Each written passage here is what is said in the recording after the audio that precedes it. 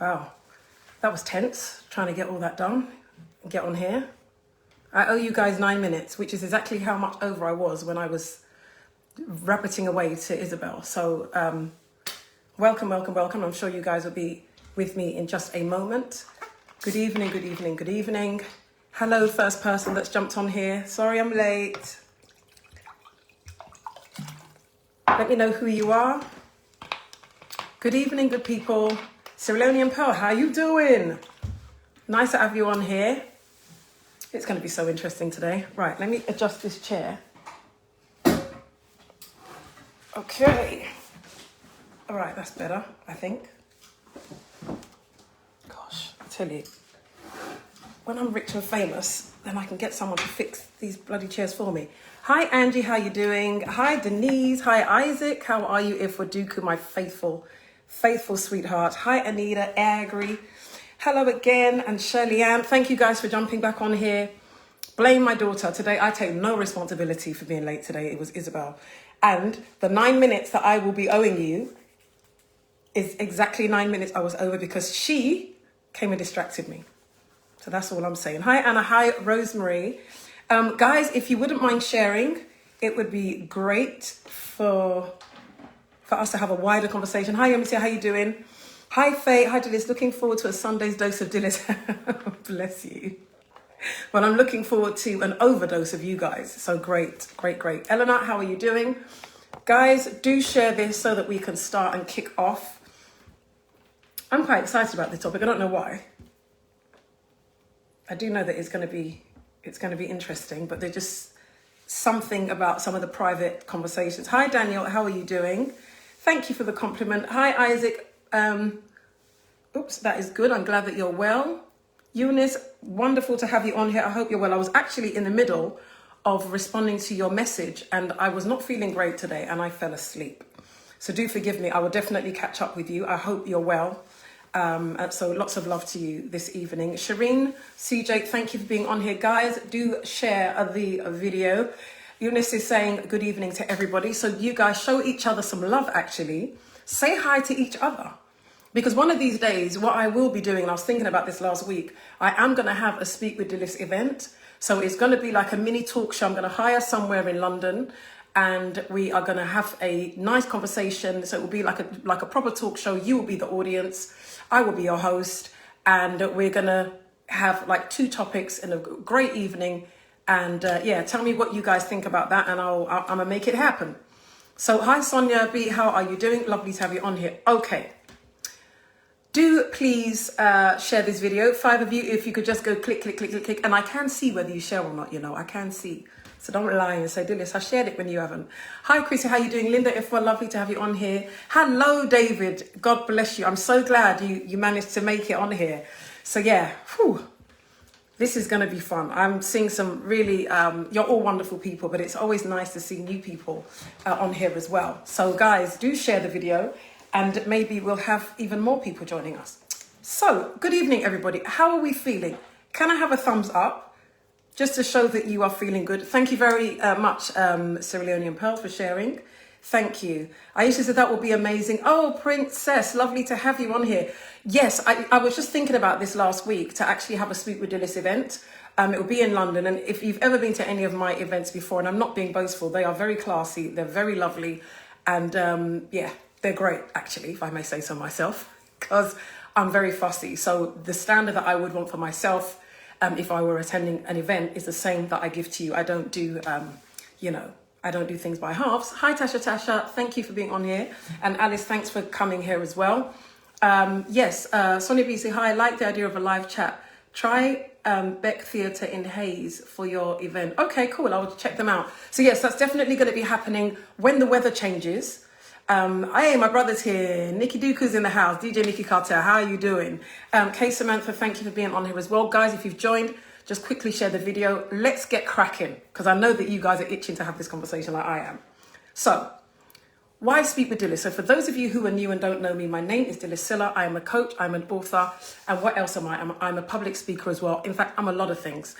All good, I hope. And I put together the Speak with Dilys show primarily for us to have conversations that you typically wouldn't have anywhere else and create a safe space in order to have them. So you will find that people that are on my page are super respectful. I've never ever seen any disrespectful comments on here towards, well, maybe, yeah, a couple towards me, because some of these guys are a bit risque with their comments. Very, very seldom does that happen. But towards each other, people are absolutely amazing.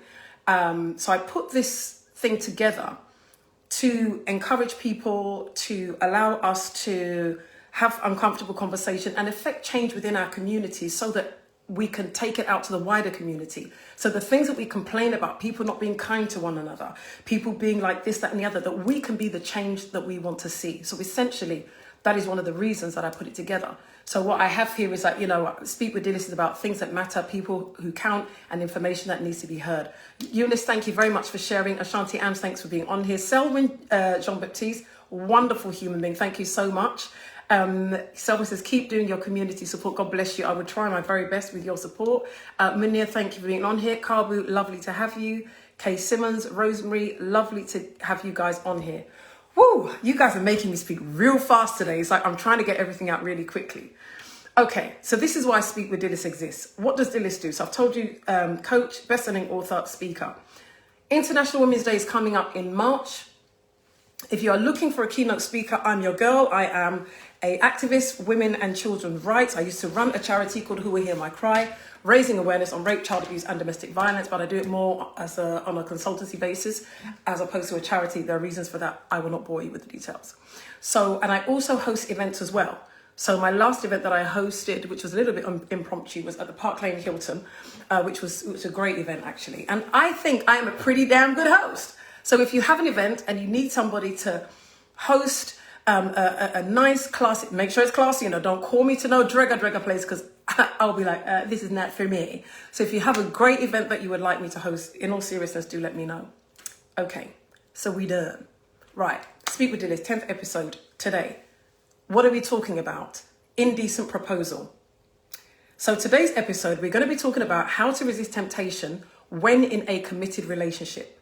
There's a lot we take for granted about what we can, about what can break a relationship, including our ability to keep our word and set and understand boundaries after we have promised to be faithful and true. Is it possible to resist temptation? How can this be done? What if we've never been faithful? Because some of you have never been faithful. What is it about commitment that makes us put one foot in and one foot out of the relationship? What does temptation even look like? Questions, questions, questions. Always a riveting conversation with your coach, author and speaker, Dilys Silla, on the Speak with Dilys show. So guys, once again, how are you feeling? Give me a thumbs up if you're feeling good. As always, I love your comments and contributions because you guys are the ones that make the show, not me. All I do is just introduce a topic and you guys just devour it. So it's great to, have you on here. Deanne, how are you doing? Lovely to have you on here. Ifwaduku, lovely to see you. Anita Agri says your events are always superb for sure. Thank you so much. Hi Jamal, how are you doing, Jam? Lovely to have you on here. Patience, thank you so much. Thank you for sharing as well. Thank you everyone that has shared this and getting more people on here. Thank you so much. So why did I decide to talk about this? There were a couple of things and I kind of narrowed it down to this part, though I am going to have a separate show about the other part. Now, I'm going to throw it out there. There is a guy called MC Chaz. Great guy, really lovely guy. And he basically posted a message that somebody DM'd him because this lady, from what I gather, she was quite young. I kind of perceived that she'd be in her 20s or so. I don't think she was, an older lady. And she basically said that she'd been married for a year and her husband, she had found out by mistake, I think on his phone, one of his, that when you get a notification popped up from an account that was not in his name on Instagram, I think it was. And it was from a woman. And then she found out that he had quite a number of inappropriate messages from women. So the advice, and then they're in Nigeria. And then the lady was saying that the husband was traveling to Lagos and had basically arranged to have different dates with different women. And some were saying, make sure that you've got, I think forgive me if I've got this slightly wrong, but there was something to do with condoms. But basically he was arranging to hook up with these different women. So this lady, young girl, was asking, what should she do? Now, to say I was shocked at the advice she was given would be an understatement. And so I want to do a separate show about that. And the advice that she was given was that basically she should give him condoms. I'm not joking. She should give her husband condoms, tell him to be safe, cook him a nice meal when he comes back. I kid you not. Excuse me. See, I'm even choking on it. And I believe at some point he did say something along the lines of, at some point, she would make a decision as to whether she can hack it or not. I'm going to leave it there. So I was thinking about the husband, and I was like, why would you, having been married for just a year, yeah, it's horrifying, I know. Why would you, having been married for just a year, put yourself in that situation? So I wanted to deal with the temptation side. I will come back maybe next week and do the when is it the right time to leave a marriage side? And yes, I will go there. No, I'm not one of those ministers that believe that once married, always married, God hates divorce. God hates a lot of things. God hates the fact that you're in an ugly marriage. Hello? Can I get an amen, please? So there is nothing that glorifies God when you're in a marriage that's abusive, okay, where you've been married for a year. And anyway, let me not go ahead of myself. Let's stick with the temptation. Okay, so what is temptation? It is the desire to do something, especially something that is not good or something that is not particularly wise. Okay, the desire to do it. The desire to do it. There's a phrase in the Bible that says, when you are enticed by your own desire, it gives birth to sin. Desire, yours, no one else's, yours. So even in that statement alone, there is an element of responsibility that you should have for your desires. Can you resist temptation? Well, this whole conversation is going to be about that. And I'm going to share, some of my personal stuff as well, because, we're all human. It also says a thing that attracts or tempts someone. So somebody can be tempting even without realizing it. Don't look at me, Okay, keep your eyes in your forehead. So that is what temptation is, that desire to do something that is not wise. So what that says to me is that we need to check our desires. Actually, what it says to me is that we must be honest about our desires. Why are you laughing? Who's laughing? Put it in the comments, let me read what you're saying. That's where I would take it to. You need to be honest about what your desires are. Now, when you are in a committed relationship, it is not the title of the relationship that qualifies it as being committed. Let me repeat that. It is not the title of the relationship that qualifies it as being committed. Okay? So for example, the fact that you are married does not mean it is a committed relationship. I know that might shock some of you, but I'm about that life today. The fact that you are married does not typically mean it is a committed relationship. It's a committed relationship when both parties agree that it is a committed relationship. Hello? So do not take it as a given, men or women, that by virtue of the fact that you stand in front of a judge, that you stand in front of a pastor, or you stand in front of somebody in the registry office, that by virtue of the fact that you have exchanged vows, that you are in a committed relationship. What you have is what's the word I'm looking for? You have what is the word? You have the possibility of being in a committed relationship. You have the template of what people in committed relationships have or do. But by virtue of the fact that it's called marriage does not mean it's committed. What makes it committed is the agreement and understanding of the parties involved. Are you people with me so far? Can I get a thumbs up, please? Because I'm telling you, to be honest with you, I didn't even know I was going to be taking it from this angle. I feel like I'm preaching again. So if we can go from that point as to what a committed relationship is, and that it requires agreement and understanding, that is when one can then put the necessary measures in place to make sure that they remain committed to that relationship. Okay? So essentially what is important here is about expectation. Now, this young woman, for example, as far as she's concerned, I've been married for a year. And therefore, because I've been married for a year, my husband should be committed to me. Yes, on the surface, so he should be. But have you found out, or did you make it your business to understand what he feels commitment is? Did you find out what commitment means or meant to your husband? What did you agree?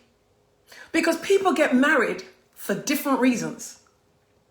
Most African marriages, and I speak generally, you marry because you have reached the stage in your life where it is expected of you. And depending on who you are in the home that you come from, not to be married is a disgrace and an embarrassment to your family. And so therefore, it is a box that you tick. The issue of commitment doesn't come into it. Or you have reached the stage where at your age, you should be having children. And the prerequisite, because of your background or your religious beliefs, it requires you to be married. And so therefore, get married so you can have your children. There is nothing about commitment in that arrangement. There's nothing about commitment in that arrangement. It's just an arrangement.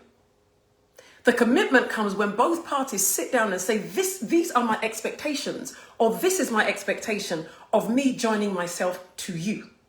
That is when you have commitment. You cannot assume commitment. Neither can you assume faithfulness. And it's important that we ask those pertinent questions and get to know the people to whom we decide we wish to join ourselves to.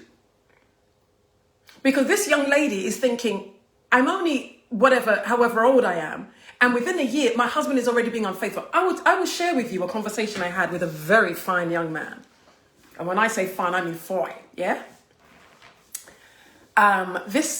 We had this conversation a few years ago. He wasn't married, but he was sharing with me a conversation that he had had with a group of guys who had recently been married. And he said to me, every single one of those guys was unfaithful, either shortly after they got married or still kept the girl that they were cheating with when they got married. I'm telling you. So their understanding of marriage and commitment is very different, I'm sure, to the women that they married. Now, I was talking about temptation. Why are we on this subject? I don't know. Guys, if you want me to just go with the flow, tell me, or should I just get back on track? But I don't even know why I'm going down this route. Okay, so let me see some of your oh gosh, wow, slow down, people. So Anita says, absolutely, premarital conversations and counselling are essential. I agree. Ashanti answered, I'm here enjoying and sipping my herbal tea. Bless you. Yemi, how are you doing? Lovely to have you on here. Kimmy as well. I haven't seen that name before, so if you're new, welcome. I hope you're enjoying this show. Brenda Sherlock and you too. Carbo says facts. Eunice says truth. Denise says, how do you mean committed or be committed if the commitment wasn't there in the first place? Exactly that. Anissa, sometimes marriages occur for all the wrong reasons. Don't we know it? Anna Lapia says, what bullshit advice? You might as well say, my show, we kind of watch our language here, so I'm not going to read that out. But yeah, I will try and modify what you're saying. You might as well say, go and, yes, but you're making the point for me. Exactly. Chanel says, so why marry? Let's be clear here. You're right. But this is the problem that lady made. She assumed. And that's why I'm breaking it down, that people get married for different reasons. The fact that somebody says, will you marry me and be my wife, does not automatically translate to I am committed to you. And this is why I love doing this show, because there's so many things we take for granted. And because we take them for granted, where we should have these pertinent conversations. We don't. So it's not about me giving advice, it's wisdom. It's wisdom. Because if what I was saying was so wrong, why would this girl after a year be saying, I'm finding out my husband's doing this? Because his idea of marriage and his idea of commitment greatly differs to hers. So what I'm saying is that when you are in a relationship with somebody, don't they say assumption makes an ass out of you? So why assume? Have that conversation and be explicitly clear. Okay, so let me go back because there's a lot of comments on here. Denise says people get married for several, that's exactly the point. People get married for several reasons. Don't assume. Do not assume. And like that guy said to me, he said, I was shocked. He said, the guys he was speaking with, he said, every single one of them were having affairs. What disgusted and shocked me the most was the fact that this one particular guy was like, I had my girlfriend and I still got married. Disgusting. Chanel says, wow, I thought marriage meant commitment. Well, now you are getting the truth. Because yes, it may mean commitment to you. The men I'm describing doesn't mean commitment to them. So what I'm saying is that when you are in a relationship and you are going to get married, have those conversations. Because when a man has difficulty in being committed, and I didn't want this to just be about men, but it just seems like the conversation just seems to be going that way because a lot of women are commenting, and it was the example I used. So let me stay on that track for a bit. A man's idea of sex and love can be very different from a woman's idea of sex and love. And for those reasons, it's essential that we unpick those differing criterias so that we can meet comfortably in the middle and have an understanding. I will not marry anybody assuming anything. I don't care who you are. I will have those conversations with you. For me, I am not marrying anybody that feels it's okay to sleep with another person. I'm not about that life. And yes, of course, some men may lie and say, oh, I'm not about that life either. But this is why I'm talking about the resisting temptation thing, because you will see whether that man is about that life as I go through this conversation and the things that one will do when they want to remain on the straight and narrow. And that's why I started by saying, what are the expectations of your partner? Because the fact that you are in a relationship together does not mean your expectations are the same. There are some men who assume that their wives should be faithful, but it's okay for them to be sleeping around. That is their expectation. So take a deep breath. Y'all don't get up in your tree and just listen. Okay, so where are we now? So Tina Menz, thank you for joining. Ashanti Am said, I've said it a gazillion times. I will say it again. This show needs a clubhouse session. I'll happily volunteer to help mod the room. Okay, cool, because I'm not on, I've registered, but I don't know how to use it. I'm not on there yet. Jessica, thank you for joining. Faye Clinton, thank you for being here. Faith is experiencing some interruptions. We'll listen later on. Oh, sorry about that, my love. I hope it's not me. Anita says, imperative to know who you're marrying. Some people secretly have polyamorous relationships. Yeah, they do. Some people have a different agenda. Absolutely. Chanel says, no, please stay with us. It's interesting. Jaw has dropped. Bless you, Chanel. Look, you see, one thing with me, I don't do political correctness. I've told you, my show is not about maintaining the status quo. With me, I will come with the truth. And sometimes the truth is uncomfortable. But the one thing you are always guaranteed is I have lived a very interesting life. I have been exposed to a lot of things in my life. And for me, I will come and share it because the reason being, I see people falling into certain situations, not because they're stupid, but because they lack information. And what is information? Or they lack knowledge. What is knowledge? Knowledge is power. And when you have the knowledge and you apply it, that's when you get wisdom. And that is why I share this. So let me read what the embassy is saying. Every relationship, including marriage, is based on trust, communication, and understanding. Until we get that straight, we are off base. 100%. Don't assume. Listen, do you know how many times I've come across people who have gone as far as getting married and they don't even realize that their spouse doesn't want kids? Are you honestly trying to tell me that you've never heard of that before?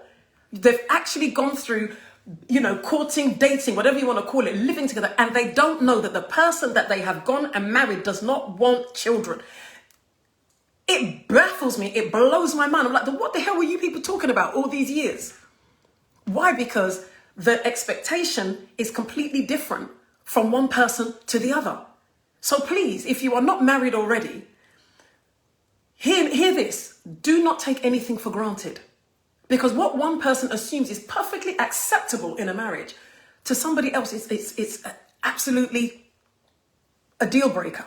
But you won't know that until you have that conversation. Okay, so let's move swiftly on. So I've spoken about expectations. And then the other thing is, what are your views on commitment? Because listen, you see, this is where we get into trouble. And I blame all these stupid fairy stories that we had to read as little girls, because it gave us this rose-tinted view of relationships, marriage, having to be chosen, and all this crap. And it is crap, you know. It never, those stories, as for us girls growing up, weren't about empowerment. It was always about putting your trust and your faith in a man to come and, number one, to choose you because there was competition, because he was the only eligible man out there. It also spoke about how it was our responsibility to make sure whatever was ugly about the man, it was our responsibility to change him, i.e. having to kiss a damn frog. And in my book, Predator or Prince, How to Find the Man of Your Dreams, Not Your Nightmares, there's a chapter in there called Kissing the Frog. And I talk about the fact that if when you met him, he was a frog, he remains a frog, okay? You kiss a frog is a frog. Wait till he becomes a prince, then kiss him. But the power that we have been told that is in our kiss, that it is our responsibility to change that man, you're not God. You can't change anybody. That person has got to want to change. And so my point is, when we have had all these things in our minds, subconsciously, this is how we approach relationships, i.e. taking it for granted. If he's asked me to marry him, he must love me. No. Maybe you've got money. Maybe he does know that you are a good woman. Doesn't mean he loves you. It means he knows that you're hardworking. He knows that you're loyal. He knows that you'll have his back. That does not necessarily mean he loves you. It means he's not completely stupid, is what it means. So it's important for us to be able to establish, what does commitment mean to the other person? Okay? And it means, to me, it's also about being honest, once again, about what you want. Because here's the thing. There are marriages that are open. And what is, in order for them to manage their temptation levels is, don't go and sleep with anyone unless I know about it, or unless you've got my permission, or unless I'm there. Okay? To each his own. I know I sure as hell could not be in any open anything. I don't share. If I see that I have to share, I will leave you to be with whoever you want to be with. I don't do that. But my point is, there are different types of relationships. And for those people, what they have done is they have set their criteria and their boundary for their level of temptation to remain on their version of the straight and narrow. Where you are in a monogamous relationship, or you think you're in a monogamous relationship, or that's what you sign up to, there are certain things that you need to put in place in order to maintain that status. Yes? So Leash says, I have been single a decade, and for so many of these reasons, connection, commitment, compatibility, communication, collaboration. I love that, girl. I wish somebody can pin that for me. Anita, if you could do the honors, that would be great. Anna says, me too. I wouldn't share a man. I can't be doing with that. I mean, look at me. Come on, man. Why should I have to share you? Nonsense. I don't have time for nonsense. So, Ajamai, thank you for joining. Patience says, that's so true. Eunice says, is that brap brap? We are only humans. Amma says, you can't change a man, accept him or move on. And I'm gonna elaborate on that as well. So some people, sorry, my eyes gone a bit funny. Some people withhold important things from conversations with a prospective spouse, fearing that the individual will end the relationship before marriage. That is very true. And that is why I said that you need to look. Now, that book I wrote, Predator or Prince, it shows women how to spot red flags in men who may be iffy. Listen, I won't even say if you're a single woman. I've had fathers read that book and share the information with their daughters. Everybody needs that book. Okay, so Shelley-Ann says, a guy told his girlfriend he wanted children when they got married. He told her he didn't want children because women only want children. What? And after they had the children, they leave the men. I was shocked. Listen, this is why I'm saying that don't take anything for granted. Guys, can you please share this broadcast? There's only a few of you that have shared. So if everyone watching can share, just click the share button. That would be absolutely great. And that would be a nice way to support, you know, what I'm doing as well. Lee says, this live stream is levels. Say it louder, Empress. God bless you. I'm glad you're enjoying it. Anna says, if you can't talk about stuff like that, why get married? Why not ask the question, are you scared of the answer? And quite frankly, Anna, you've answered your question. You will be surprised the level of insecurity many people have when they're entering into a relationship. Some people are just grateful for the fact that they're not going to be left on the shelf, that they're going to be called Mrs. Some people are worried about their biological clock. People get married for all sorts of reasons. Alexandra, thank you very much for being on here. I hope you're enjoying the show. Let me read Chanel's comment. Oh my gosh, so many truths. Again, we return to the importance of managing expectations. Absolutely. My expectations of marriage have always been central to the vows people take. And I thought those vows signified commitment and promises. Like I said, to you, they do. To the next woman or to the next man, not necessarily. Because at the end of the day, taking those vows and going through that motion can be a means to an end. Okay, let me keep it simple for you.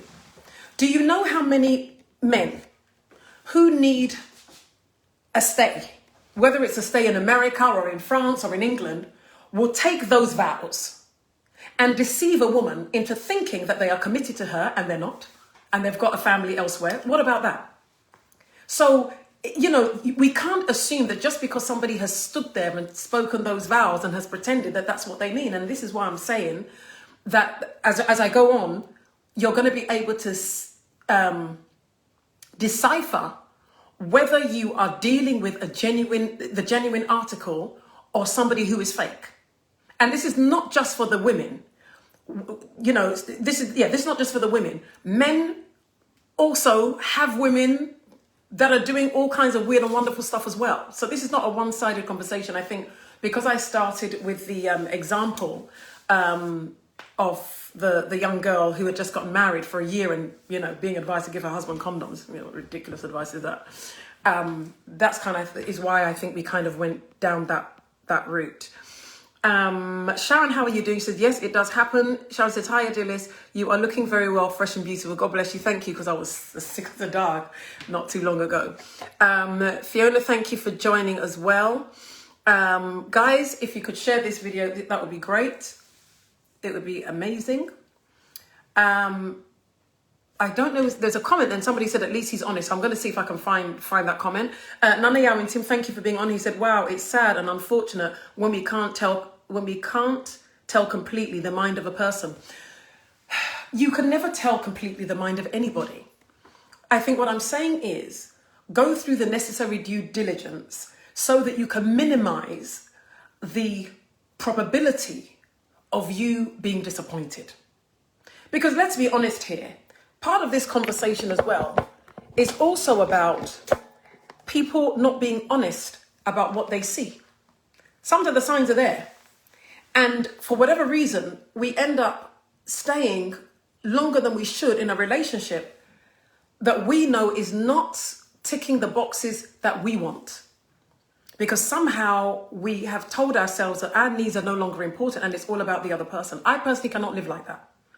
But everybody has different reasons on how they view themselves, what they feel they deserve, what they've been exposed to. You know, I was going to say something, but what was it?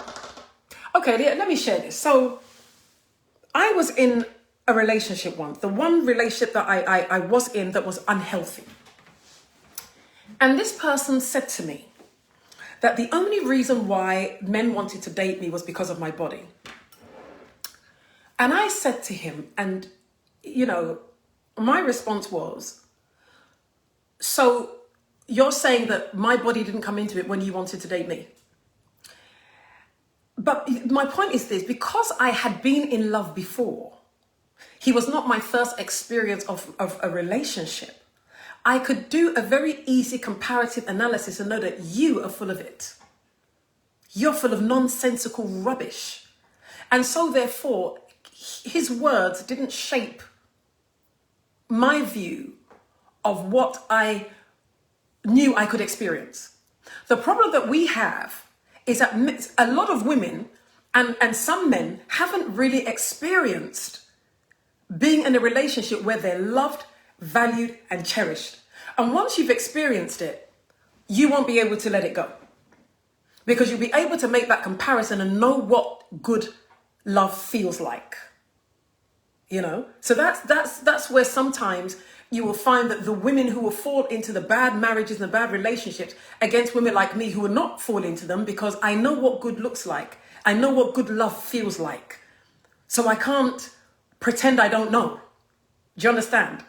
Tasha says, I asked a guy once why he's been cheating on his wife. He said, I can't eat rice every day. Now that's just a dog. Do you understand? And yes, and I think I always sign my little disclaimers, but I think I kind of did here. People that want to resist temptation in a committed relationship. So I've given the definition of what a committed relationship is. So it's for those who desire to be on the straight and narrow. Do you understand? So not those men that just want to just be dogs. I'm talking about men that have decided that, you know what, I've actually met a woman, or that I want to take things to the next level. I want to be exclusive. How am I able to be exclusive with all this temptation around me? The problem that we have as women is in hearing that we're like, oh, well, if you really love me, you won't be tempted. Let me tell you something right now. That's some foolishness, ladies. That's some nonsense. The same way being a woman, I can be tempted, and I'm going to share a story with you in a minute. Mari Carr says, surely you do your due diligence, and that includes opinions from family and trusted friends. Vows must be the bedrock. Sorry. Do you know what? My eyes are really playing up. Hold on. Shouldn't that be bedrock? Yeah, it is. Vows must be the bedrock and the foundation, and both need to agree to it. I think vows are probably viewed more as convention instead of the bedrock of commitment. Yeah, because people take vows all the time, but you've got to mean them. That's why they say take your vows seriously. So you're absolutely right.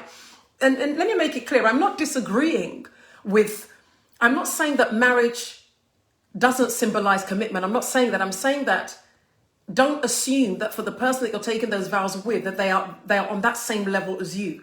You need to find out what their views are on commitment. What do they really think? What do they really feel? And what are they really about?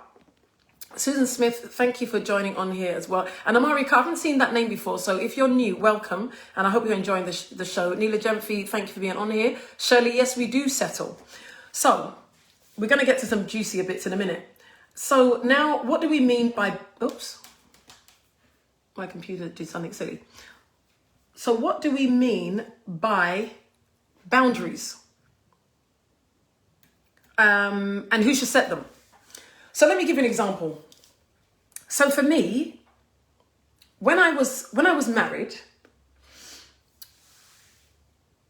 I felt that one of the ways in order to remain on the straight and narrow would not be to go out on dinner dates with anyone, or anyone that I knew fancied me, because sometimes I would have to go out because of my business, you know, because I do events and stuff like that. And some of the work that I did, I would have to go out to dinner with the opposite sex. And yes, there were times where it was pretty obvious that the person found me attractive. But there was a way in which I would carry myself that you know that boundary is there. And for those men that were brave enough to vocalize anything, I would, depending on how they vocalized it, I would be quite polite in, you know, setting that record straight. But my boundary was not to put myself in compromising situations. So for example, if there was a guy that needed me, that fitted the kind of person that I would find, that I, you know, would typically find attractive, you know, tall guy. I have a thing about men's arms. So now the secret is out. Yeah. I like men who are solid. Yeah. Look at me. I can't be handled by a little man. You understand? So yeah. So 6 foot, over 6 foot, that's my spec. So if a man like that, when I'm married or I'm in a committed relationship, is aesthetically attractive to me, I'm not saying that I'm so weak that I would, but immediately I put that guard there without even, maybe even if I don't find him attractive, just say, no, this is somebody that I can recognize he's handsome and has a nice personality to match. I already draw that boundary. Me and you ain't going out to no dinner. Me and you aren't having those conversations late at night. We ain't going there. I'm not doing it. Those are my boundaries. Guys, can you please share this video? 5 of you. I've not seen a lot of people share today. Do you want people to be unfaithful? Do you want people to be tempted? Be sharing the video now so that people can be getting on the streets and narrow. Behave yourself. Anyway, so yes. So those were the boundaries that I would draw for myself. Now, when you are in a committed relationship, my point is this: you have that conversation with your partner or your spouse. It shouldn't be a one-sided thing. Because when you have that conversation, that is when the A word comes in: accountability. You cannot have accountability and transparency when you have not had a conversation and defined what boundaries looks like in your relationship. Can I get an amen? Because what you're doing is, and you see why I said don't just assume because you're married people understand commitment. They don't. Because for some men, they think it's okay to be paying women compliments and sliding in the DMs, and to them, they're not doing anything wrong. And sometimes they're not doing anything wrong. Sometimes it is innocent. But then if you come across, and this is why these things are important about the transparency, the understanding boundaries, and the accountability becomes important. Because every relationship sometimes faces its black spot. So when you're going through a relationship at a period where you hit a bit of a roadblock, something is happening and you guys are just not gelling and there's a bit of contention, and you slide into the DM, maybe the guy very innocently sees a woman, oh, you look nice, or even a friend on Facebook or whatever, you've been friends for a long time, oh, I think you look really nice. Let me use myself as an example, though I've never done this, so you hear me well, please don't go and spoil my name. Let's say you slide into my inbox and you come to a woman like me. I'm just giving you facts, so I'm very intelligent. When it comes to the art of seduction, I have a PhD. I know how to make a man feel good.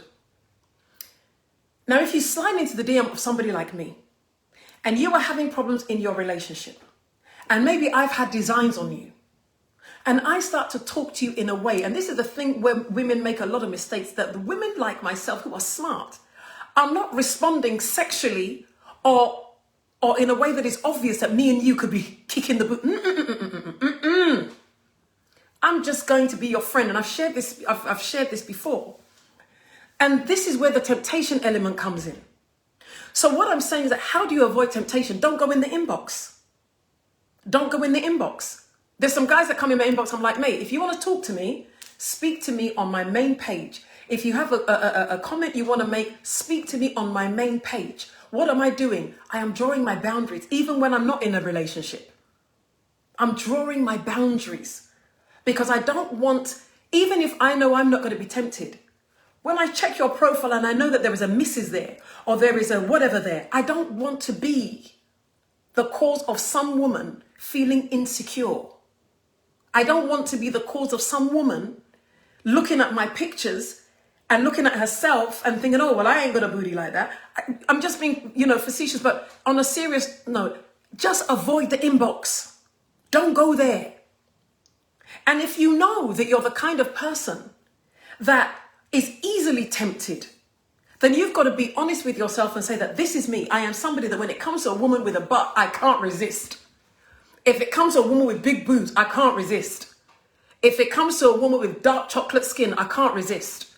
If it comes to a woman with light skin, I can't resist.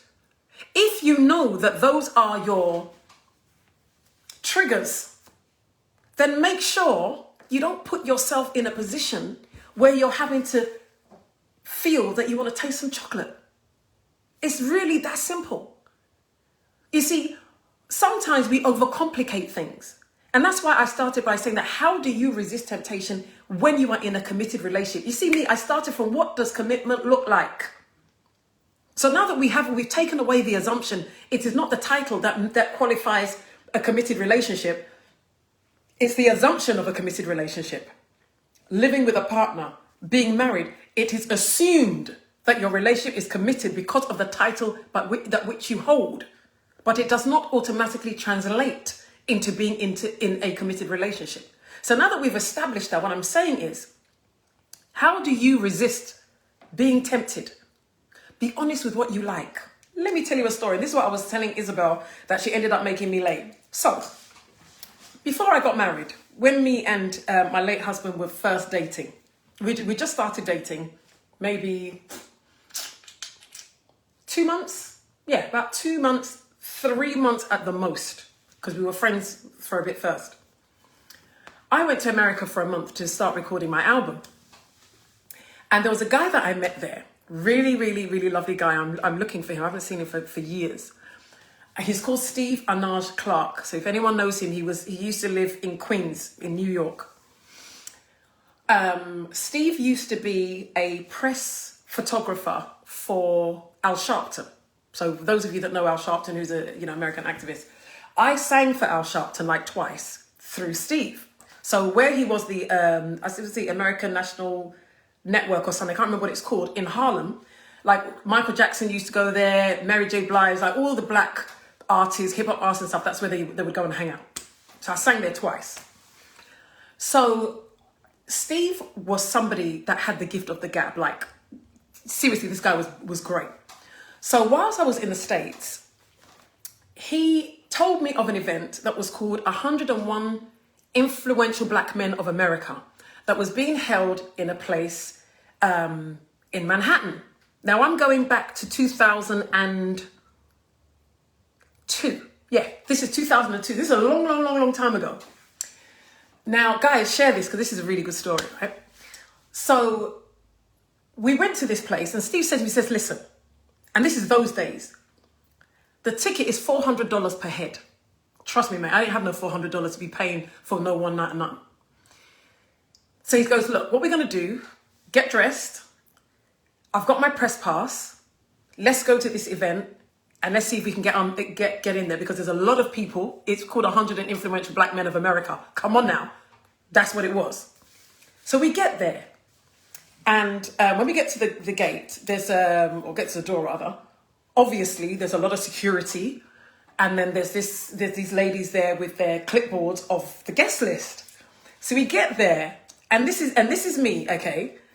I wore the dress that I wore for my 30th birthday, which was a light blue square neck dress, fitted. It was, the sleeves were fitted here, and then it had like bell sleeves, lovely sky blue print dress. And then I had these shoes. They were like high heel, same color as the dress, like a sky blue. You know me, my trademark ponytail, and I polished my face. My girlfriend was looking cool. I had my little, gold and blue bag with me.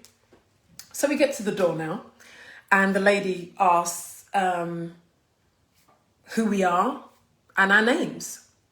So Steve gave the lady my name, gave the lady his name, and obviously we were not on the guest list because we hadn't paid no $400.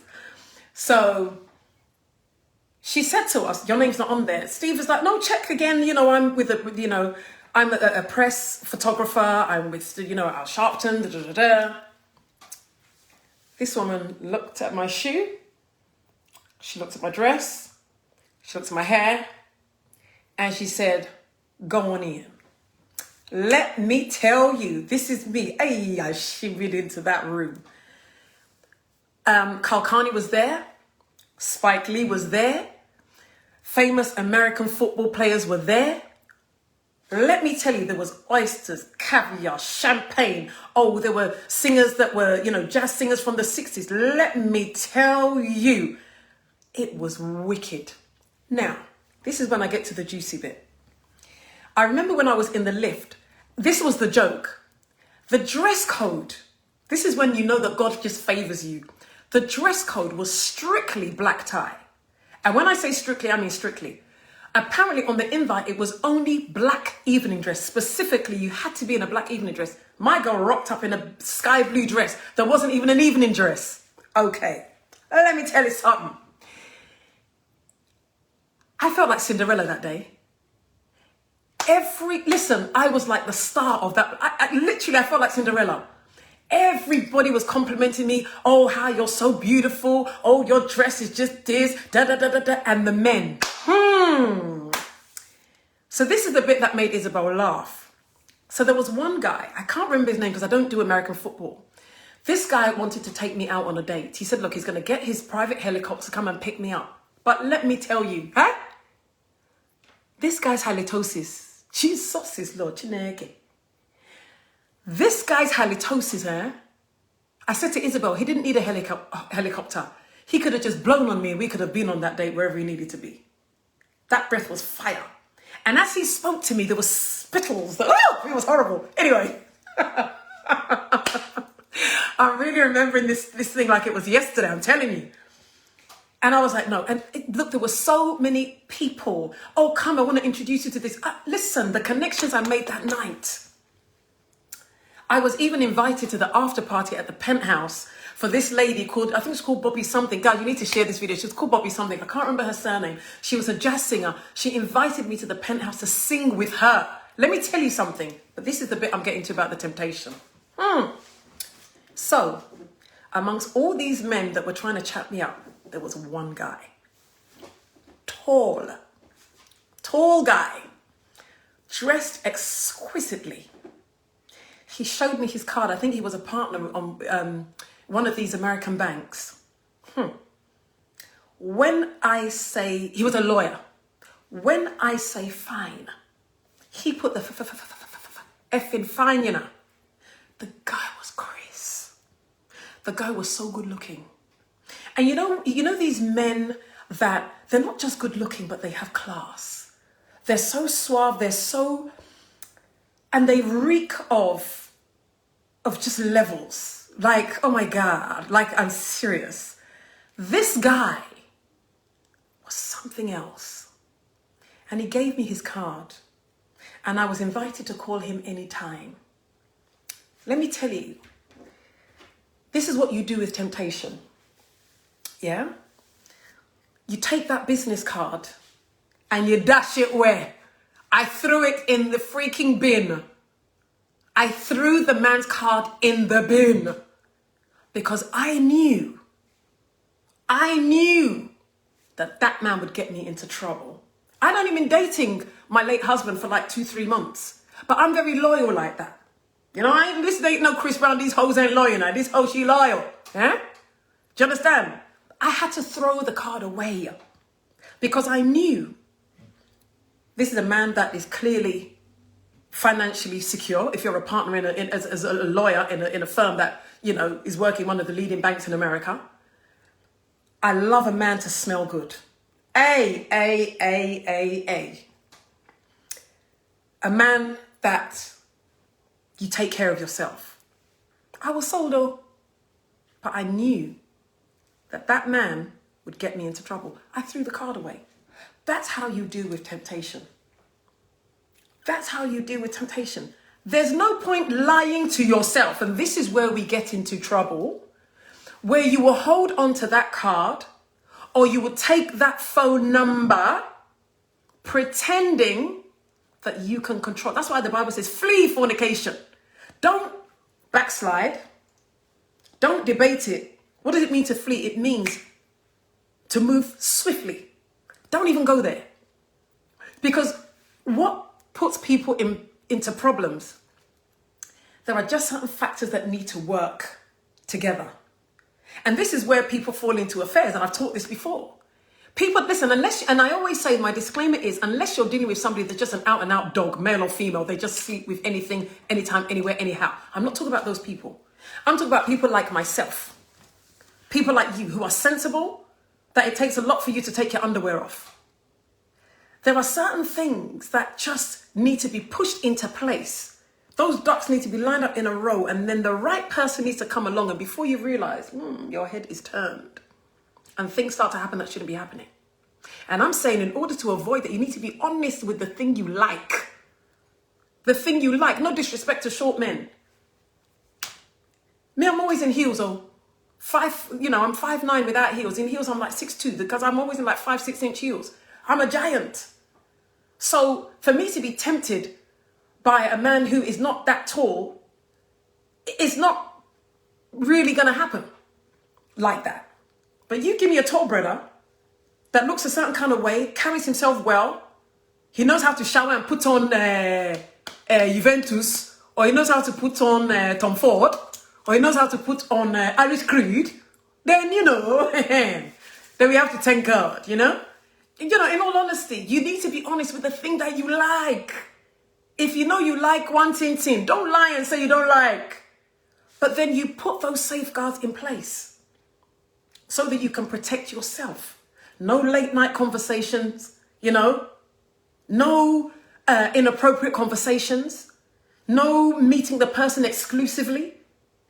It works both ways for men and women. Now, I put down here as well, what if you've never been faithful before? But you want to be faithful because oh my gosh, the comments are so many. Jesus gosh. Okay. Let me read some comments. Guys, if you want me to go 10 minutes over, give me a thumbs up. I always try to keep the show to an hour. I don't really like going over. Nana says you like my frankness. Me, I always keep it real. Though. I don't pretend. I don't pretend at all. The one thing with me is I'm very faithful. I am very faithful. I've never, been, sleeping here and sleeping there. And it's funny because my daughter asked me that question. Mummy, have you ever cheated on a boyfriend? And I said, no. Can you imagine if I had? Hey, I'd have had to lie. Hey, anyway, so Shelly Ann says, thumbs up. You avoided the I had to. That temptation was too much. No, I couldn't go there. I remember the story. Willpower. Richard, how are you doing, my darling? He said, hey, Dilys, the hype for that guy is making me laugh. Hey, listen. Evans, how are you doing? Lovely to have you on. I hope that you're feeling a lot better. God bless you. Evelyn, how are you doing? Denise said, like, honey, this was more than honey. Or Kiri's laughing at me. You guys are all laughing. But, I'm just telling you the truth. I'm just telling you the halitosis was serious. So, that guy. And he was a big guy. I mean, he was an American football player. He was a big guy. Like, solid. But, oh, my gosh. Hey. Even if I hadn't relaxed my hair that day, that breath alone and those spittles could have relaxed, washed, and conditioned my hair. Jesus is Lord. Anyway, okay, let me see. All I'm seeing is pure laughing emojis. Sharon says, I trust you would have killed it in your dress. Do you know what? I mean, those days, I was 30. You're talking 20 years ago. So I was nice and slim then. There was no extra bits. So I did look kind of cute that day.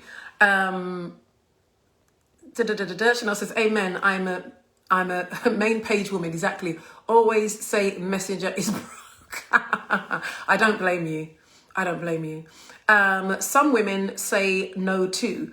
They can encourage men straying. You're absolutely right, Leisha. And that's why I was saying that, when you come in my inbox and I can see that there is Madam this. There was one guy that was in my inbox not too long ago. He'd just gotten married. Why are you coming to tell me I'm beautiful? What has my beauty got to do with you? Mind your business. My beauty is not for you. Go and tell your wife she's beautiful. You see, these are kind of stupidity that can get people in trouble. So when you're dealing with a woman that maybe I want something or I don't have standards and I'm there to encourage you that, oh, thank you for the compliment, before you realize we're FaceTiming, we're talking and things are happening. And there is such a thing as having an emotional affair. Affairs are not just sexual. I mean, I know a lot of women say that for them, an emotional affair is worse than a sexual. For me, sexual, to me, no. Once you've had a sexual affair, no. Did I pull my ugly face? That face is actually meant for my private disapproval. Okay, so, I've spoken about, setting boundaries and, back to being like really serious, having that conversation with your partner so that you can be accountable. Forget PIN numbers on phones. If you're having to keep a PIN number on your phone and you're in the house with your wife or your husband or your partner, you're not being honest. There is something you have to hide. Or in other words, rather, they don't know the PIN number to your phone. It's all nonsense. There is never any excuse for you to lock your phone. If you're locking your phone, there's something on your phone that you don't want your spouse to see, and the answer lies in that action. Because the point of fact is, these are the things that makes it easier for you to do that which you should not do. If you know that your wife or your husband or your partner has easy access to your phone, there's certain messages that you would not encourage people to be sending to you. But the moment you're having to be in the house with your husband or your wife or your partner, and you're having to put your phone face down, what rubbish. You're not being honest. But again, it all depends on what it is that you are prepared to live with and that you're prepared to tolerate. For me, I like transparency. And if we cannot agree on what transparency means, then we're not right for each other. And you shouldn't feel bad for not being right for somebody. If somebody feels that you get to know things on a need to know basis, they are not wrong, they're just wrong for you. Okay? If somebody feels that marriage is okay so long as they're providing for you and they're doing what they need to do, but should be able to do what they want outside, they are not wrong, they're just wrong for you. They are just wrong for you. So you have to set your boundaries and your standards of what it is you want to feel and experience in a committed relationship. Only you can determine that. The other person doesn't have the right to tell you what you should want to expect. That is your responsibility. But you have to feel empowered enough to walk away if it doesn't align with your values and your truth. Otherwise, what will happen is you'll become a broken vessel for all the wrong reasons when you should be celebrated, happy, whole, and flourishing. Because where you are in a relationship where there is no commitment, you cannot grow.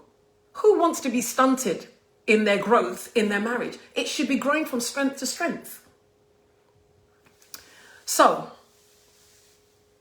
I think we've gone through a lot of stuff actually, and I'm now over. I now have paid back the 9 minutes that I owed you.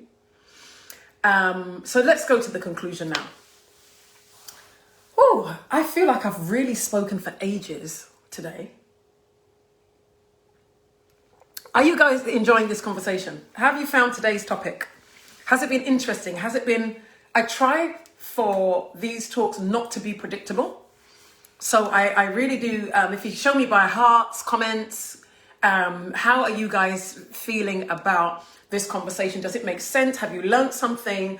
Do you feel a little bit more empowered, those of us who are single, to be able to have conversations that are more aligned with being able to put out there what we would like to see and feel and not take things for granted?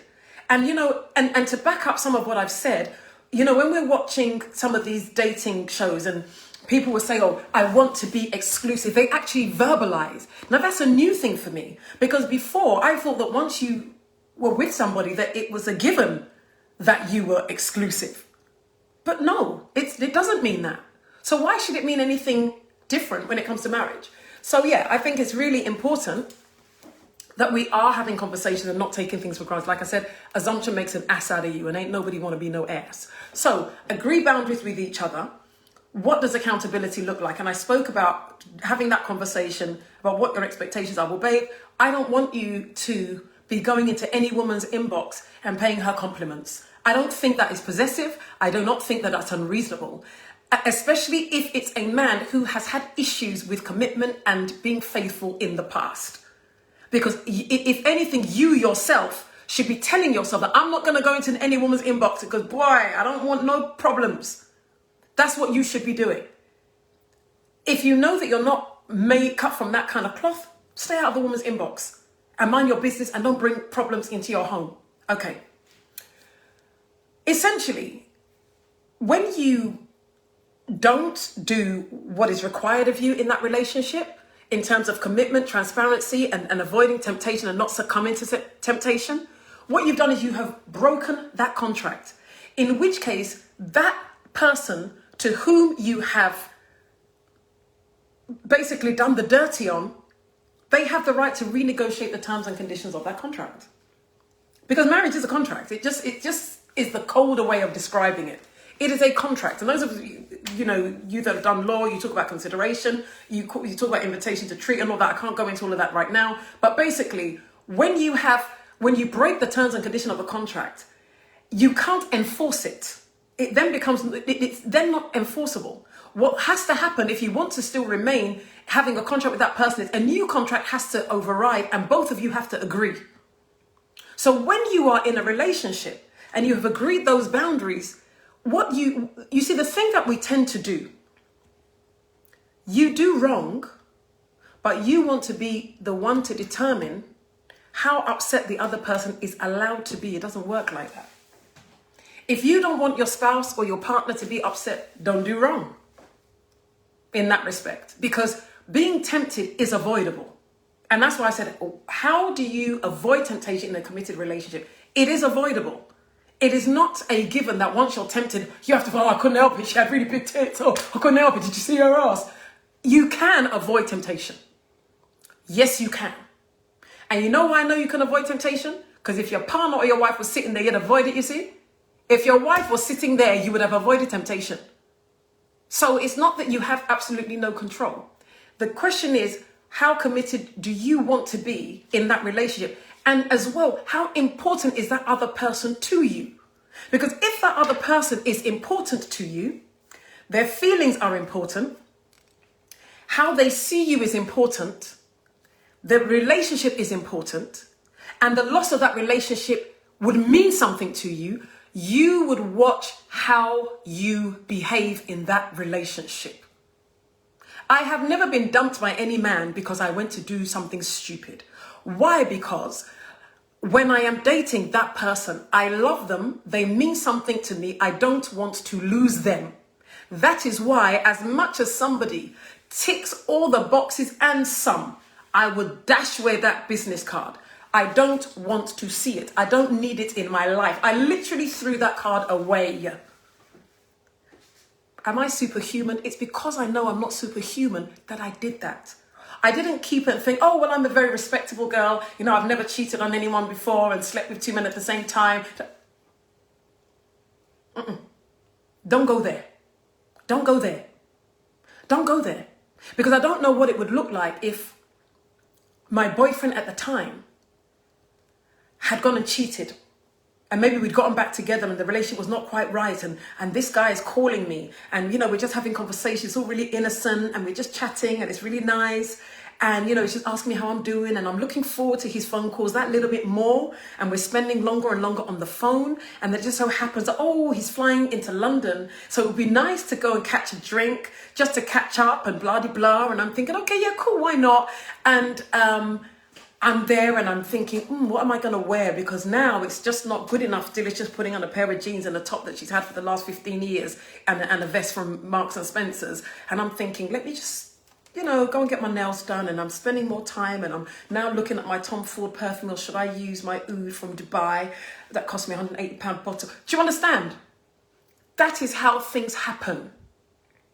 That's how things progress, and you get led into temptation. And then you're asking God to deliver you from all evil. That's the process of things, yes? So that's how you watch yourself, and you need to be honest about your weaknesses. Place yourself in the other person's shoes. How are they going to feel about it? At some point, you've got to think of the impact of your actions. You can't do foolishness, and then when your actions have impacted that person, you're there bitching about the fact that the person is upset and having a timeline on, okay, well, I did wrong, but I'm giving you 3 months or 2 months to get over it, by which time we should be done and we can move on. You don't have the right to do that. Because the length of time it takes somebody to get over your foolishness is just symbolic of how deeply they love you. That's it. For which you, at the very least, you should respect that. Because they didn't have to love you.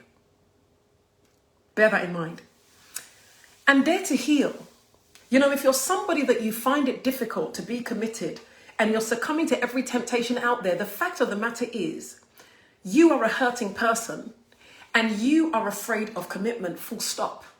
And therefore, you're more susceptible to temptation.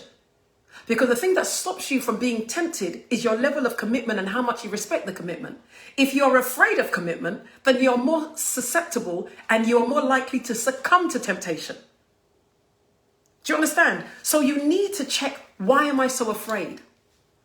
What is it? Is it the way I was brought up? Is it, you know, and one thing I've told you women before, a lot of these men that are scared to commit or that are very promiscuous fell in love sometimes at the age of 12, 14, and got their heart broken and had such a devastating effect on them that it affected their whole relationships, their relationship life moving forward. Again, I've written about it in Predator or Prince, where I spoke about an ex-boyfriend of mine who, oh God, we haven't got time. Okay, let me tell you really quickly. This ex-boyfriend of mine, I dated him when I was like, I think it was about 19 or 20, about 19. And he had this really ugly chain on, and I mean really ugly, it looked so rancid. And I asked him, why have you got this horrible chain on? It's really horrible, you need to get rid of it. And he burst into tears and said to me that it was from his ex-girlfriend that gave it to him, and she really broke his heart. Let me tell you something, you guys don't laugh, you're too wicked and bad. He said to me, and I kid you not, it happened when he was 12. At the time, he was 24. It happened when he was 12. And it had traumatized him so much that however many years later, he was still wearing this dingy, dirty piece of something. Of course, I made him fling it in the bin, But what I'm trying to say to you really quickly, and I know I'm just making a joke out of it, is that the effects of having men being brokenhearted in their teenage years, those of us in their 20s that marry these men, we suffer for it. And I explain this again in the book from the female point of view, that it is a form of trauma. You guys be laughing there. It is a form, you guys are wicked. It's a form of trauma. And because it's a form of trauma that we don't respect, because we give no validation to young people who go through heartbreak, there is no emotional or mental health support for that trauma. So as much as we may be laughing, some of you laughing, you will go back and you will think about it. Because in that book, I also explain how the first sexual relationship we have as girls, when it ends badly, it really forms that template of how we view men and relationships moving forward. Predator or Prince, How to Find the Man of Your Dreams, Not Your Nightmares. Men and women, go get that book, it's on Amazon. So when you have these situations where these men have been hurt before, what they tell them is, I'm never going to let another woman hurt me again. And it shows up and it manifests in their lack of commitment and the level of their promiscuity. So where we come up with this bull crap of, men can't be faithful, it's a far deeper reason than that. If you are a man and you're watching this and you know that is your problem, what you need is healing. You need to let it go. Talk to me. Come in my inbox out when you have permission. Let's get some work done and get some healing going. Okay. So I work as a qualified and accredited life coach. My area of expertise is relationships, marriage, trauma. Come and speak to me. Okay. Lastly, there are many people who are happy to have non-committed relationship, but karma is what we call a bitch. If you know you're one such person, do not deceive anybody's daughter and pretend that you do want to be committed. Because there are many women out there that are like yourself, are quite happy to be in an open relationship. Find them. Don't go and disturb anybody's daughter. So, on that note, I'm done. In all your get understanding, if you have enjoyed this show, gosh, I've really gone over, then give me a thumbs up. I'm cold. I turned the heating off and now I'm freezing in the kitchen. That's why I've been rubbing my arms. But guys, there's so many comments that I if I start reading them, I'm not going to leave today. But hi, Abhinav Baldy Gray, how are you doing? That man needs to visit New Glory. Hey, I'm telling you. I'll tell you offline what happened. She just says, yes, trauma, which continues from stage to stage. I understand her. Look, no, I'm telling you, there's a lot of us who have gone through trauma, whether it's trauma through somebody dying when we were young, to a failed relationship when we were young, because we don't have that emotional health support, especially within Black communities. We aren't able to address those issues. So we carry a lot of this stuff into our relationships without realizing it. And I've done a show before. I mean, I've done quite a few of these shows now, where I was saying that, if we can look beyond sometimes what these men are manifesting, we will find a lot deeper issues, is whether we are prepared to maybe stick around and help them, and whether they want to help themselves. Because a lot of these men it's like they're too into the macho-ness of, I'm a man, I don't want to go for counseling. let me tell you something. Get a coach. If you don't like the word counselor, get a coach. Get a life coach. You know, we can do it under disguise of that. Yeah. Kira says, can we have part 2 of this show, please? Yeah, maybe we can. Angie Allison, thank you very much for watching. Kiri, thank you so much. And he says, very good show. Well done. God bless you. Thank you. Chanel says, thank you so much. Thank you. Ayusa said, Eunice said, brilliant show. Thank you so much. Paige says, thank you, Dilys. Discussion has been great. Thank you so much. I have so enjoyed doing this third series of Speak with Dilys, I have to say. We've only got 3 shows left of the season. Yeah, so we will be done in 3 weeks. But what I am going to do, like I said, I am going to do a Speak with Dilys event. Let's see what's happening with Uncle Omicron. Let's see what's going on.